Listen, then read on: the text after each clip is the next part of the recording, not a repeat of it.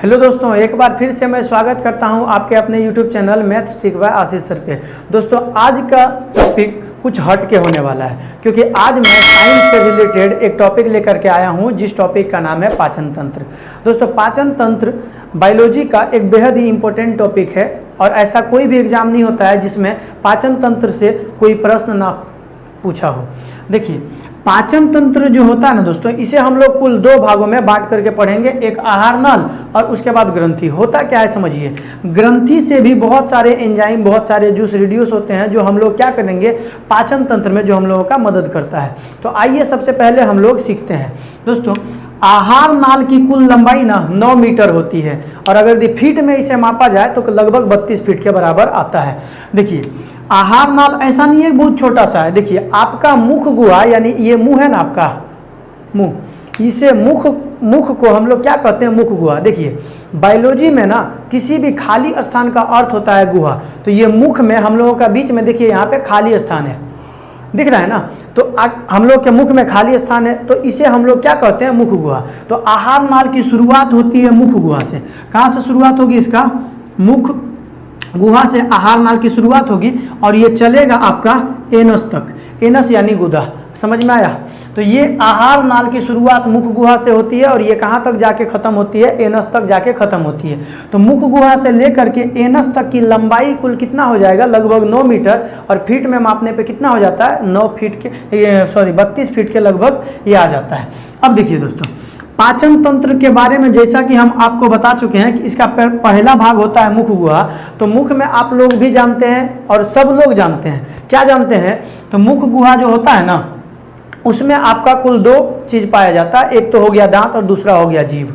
तो देखिए ये जो दांत है ये हमारे मुख गुहा में ही पाया जाता है और ये जीभ भी हमारे मुख गुहा में। तो मुख गुहा का कितना हिस्सा हम लोग देख लिए, 2 हिस्सा देख लिए हैं, एक तो दांत और दूसरा क्या हो गया, जीभ हो गया है। तो मुख गुहा को हम लोग कितने भागों में बांटे हैं, 2 भागों में बांटे हैं। इसके अलावा मुख गुहा में एक और होता है जिसे हम लोग लार ग्रंथियां बोलते हैं। क्या बोलते हैं, लार ग्रंथि, इसे भी हम लोग पढ़ेंगे। तो अभी हम लोग क्या करते हैं, दांत से स्टार्ट करते हैं। तो दोस्तों देखिए हम लोगों का दांत जो होता है मुख गुहा में, ये पता है। तो दांत का अध्ययन जो होता है ना ओडेंटोलॉजी कहलाता है। दांत का अध्ययन ओडेंटोलॉजी या तो डेंटोलॉजी, जैसे दांत में किसी का प्रॉब्लम हो जाता है तो आप लोग बोलते हैं ना कि डेंटिस्ट के पास जा करके इसका इलाज करा लीजिए, क्योंकि दांत के डॉक्टर को क्या कहा जाता है, डेंटिस्ट कहा जाता है। तो देखिए दांत का अध्ययन मतलब जिस समझिएगा जिस विषय को लेकर के दांत के बारे में पढ़ा जाता है ना उसे क्या कहते हैं, ओडेंटोलॉजी या तो डेंटोलॉजी। समझ में आया ना। तो कुल दांत भी हम लोगों का कुल 2 प्रकार का होता है। पहला तो आपका दूध का दांत और दूसरा हो जाता है अस्थाई दांत। समझिएगा दूध का दांत हम लोग उस दांत को कहते हैं जो क्या होता है, टूट जाता है। दूध का दांत क्या होगा, टूट जाता है। इसकी संख्या कुल 20 होती है, ध्यान दीजिएगा। दूध के दांतों की संख्या कितनी होती है, 20 होती है। बच्चे लोगों में देखते होंगे आखिर मतलब हमेशा हर बच्चे को क्या होता है, दांत में यहाँ पे खिड़की बन जाता है। समझ में आया ना। वो खिड़की किस कारण से, क्योंकि वो कौन सा दांत है, दूध का दांत है। समझ में आया। और दूध का दांत झड़ जाएगा, जिसके कारण समझिएगा दूध का दांत गिर जाता है और फिर से उसके जगह पे एक नया दांत आता है। आखिर समझिए इसका मतलब है आदमी के जीवन में कुल 2 बार दांत आ गया ना। एक बार दूध के दांत जो झड़ा और फिर इसी के स्थान पे एक नया दांत आता है जिसे जो झड़ता नहीं है। तो सोचिए जिस जीव के पास लाइफ में कुल 2 बार दांत आ जाए ना, वैसा जीव जिन्हें कुल 2 बार दांत आए उसे द्विबारदंती या तो डाइफाइकोडेंट कहते हैं। समझ में आया ना। वैसा जीव जिन्हें पूरे जीवन काल में 2 बार दांत आए उसे डाइफाइकोडेंट या तो द्विबारदंती कहते हैं। तो मानव जो है हम लोग किस में आते हैं, द्विबारदंती में आते हैं, क्योंकि हम लोग का शरीर में क्या होता है, एक बार दूध के दांत आते हैं जो झड़ जाते हैं, उसके बाद क्या होता है, फिर हम लोग का अस्थाई दांत आता है। अक्सर बचपन में आप लोग देखे होंगे कि दूध का दांत आपका झड़ गया है और हम लोग ना दूब घास को खोजते हैं। दूब घास क्या करते हैं ना, उस दांत को हम लोग क्या करते हैं, उसके अंदर में इसे छिपा के रख देते हैं, ये सोच करके ना कि वो दांत अगर इधर उधर चल जाएगा तो हमारे फिर से दांत ही नहीं आएगा। ऐसा कुछ नहीं होता, ये सिर्फ अफवाहें हैं, इस सब पे ध्यान नहीं देना है। समझ में आया ना। तो हम लोगों का क्या है, 2 बार दांत आया तो हम लोगों का दांत कैसा हो गया, द्विबारदंती हो गया। उसके बाद समझिएगा दांत ना मसूड़ों में जिस जगह पे अटका होता है, मान लीजिए ये मसूड़ा है, ठीक, ये क्या है, मसूड़ा है और ये आपका दांत है। ये दांत क्या है समझिएगा, ये नीचे से नुकीला दांत होता है ना, ये क्या है दांत, इसमें क्या होगा मसूड़े में इस तरह से जुड़ा होता है। देखिए जोड़ दिए ना, मसूड़ा में ये दांत जुड़ा होता है। तो जिस जगह पे ध्यान दीजिएगा, जिस जगह पे ये मसूड़ा में दांत जुड़ा होता है ना, उसको क्या कहते हैं, गृत दंती या फिर थाइकोडोंट कहते हैं। ठीक है ना, क्या कहेंगे उस जगह को, क्या कहेंगे, गृत दंती। समझ में आया ना, ये देखिए समझ में आ गया होगा। उसके बाद समझिए, दांत में चमक होती है, दांत में क्या होती है, चमक। तो दांत में जो चमक होती है ना, उसे हम लोग ब्यूनोडोंट के नाम से जानते हैं। तो दांत हम लोगों का चमकता है, वो दांत का चमक क्या कहलाता है, ब्यूनोडोंट। अब गौर से सुनिएगा जरा, ये दूध के दांत की संख्या कितनी होती है, 20 होती है जो झड़ जाते हैं, और इस 20 दांत के जगह पे अलग से क्या होते हैं, दांत आते हैं। तो टोटल तो 20 दांत आ गए। ठीक है, उसके बाद हम लोगों के लाइफ में कुल एक ही बार दांत आते हैं जिसकी संख्या होती है 12 दांत ऐसे होते हैं जो एक बार आते हैं और वो हमेशा के लिए ये हमारे ही बन के रह जाते हैं। समझ में आए, तो वो दांतों की संख्या कितनी हुई है, 12। अब गौर से सुनिए, 12 इधर और 20 ऊपर में जोड़ दीजिए, कितना हो जाएगा, कुल 32। इसका मतलब क्या है कि मानव के मुख गुहा में कुल कितने दांत होते हैं, 32 दांत होते हैं। तो हमारे शरीर में यानी मानव को कुल कितने दांत आते हैं, तो 32 दांत आते हैं। Any doubt? आई होप आप लोग यहाँ तक समझ गए होंगे। समझ में आया? तो चलिए हम लोग अब इसके बारे में थोड़ा सा और डिटेल से जानकारी लेते हैं।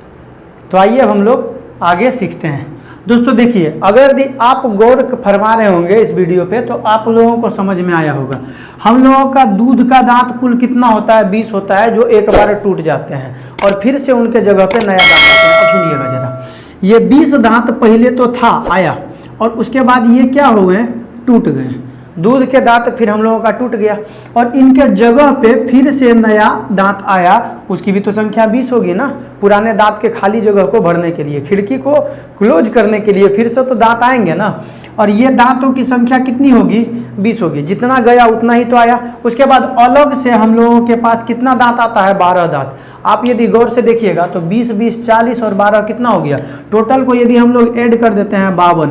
तो हम लोगों से प्रश्न पूछता है कि एक मानव को पूरे जीवन काल में कुल कितने दांत आते हैं, तो कितने दांत आते हैं, 52 दांत आते हैं।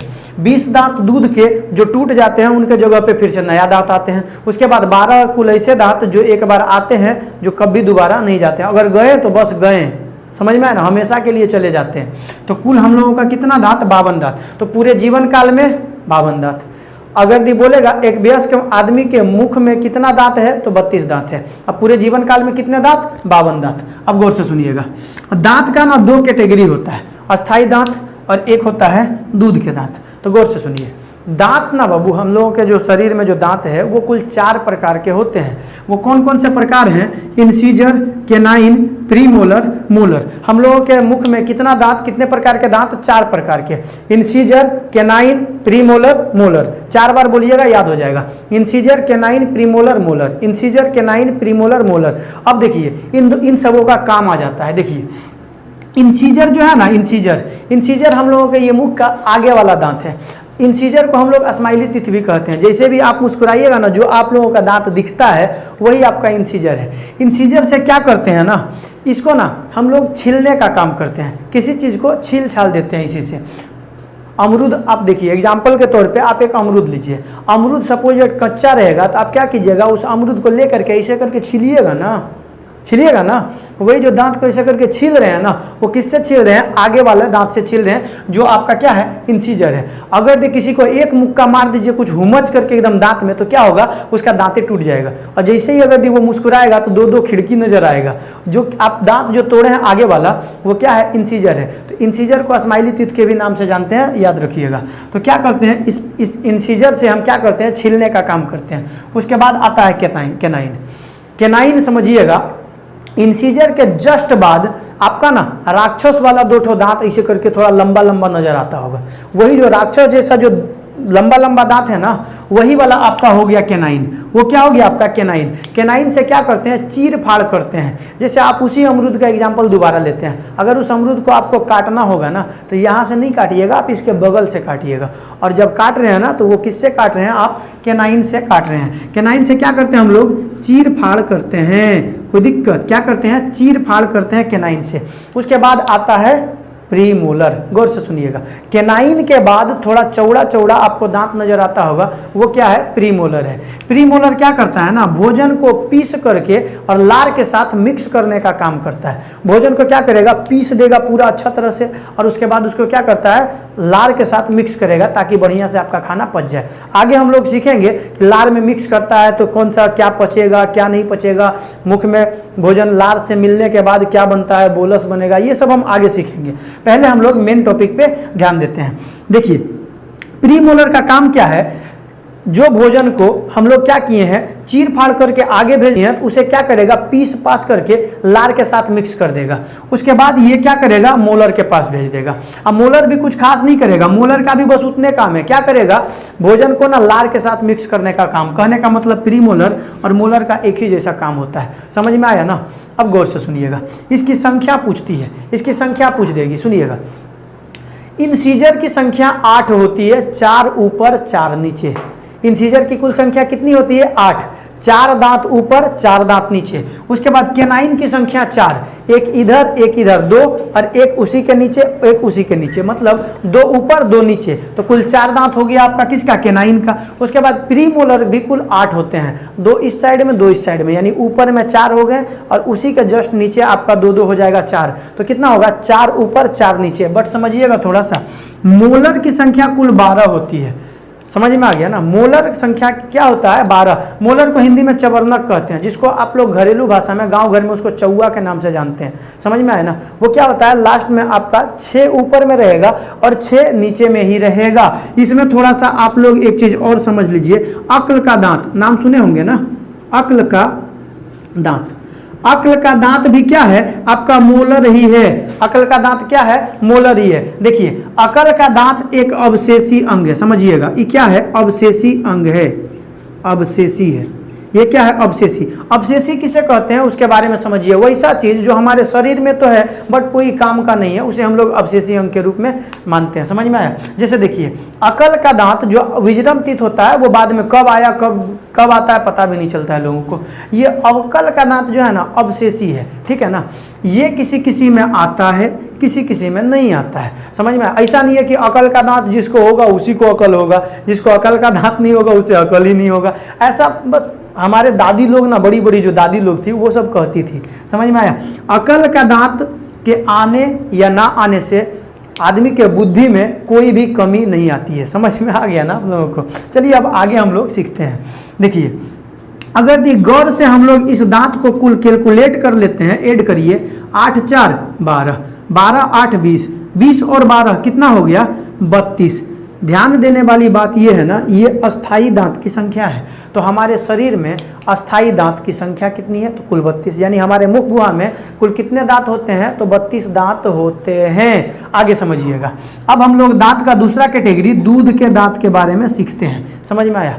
देखिएगा, दूध का दांत में भी दांत तो कुल उतने ही प्रकार के 4 प्रकार के दांत हैं। इंसीजर, केनाइन, प्रीमोलर, मोलर, 4 प्रकार के दांत हैं। Incisor, canine, premolar, molar. I hope आप लोगों का दांत का ये कैटेगरी समझ में आ गया होगा। अगर नहीं आया होगा तो वीडियो को पॉज करके 4 बार आप इसे बोल लीजिए, आपको ये दांत का कैटेगरी याद हो जाएगा। देखिए, बच्चा लोग जो होता है ना, छुटका छुटका, वो छुटका छुटका में क्या होगा? इंसीजर की संख्या 8 होती है। समझ में आया?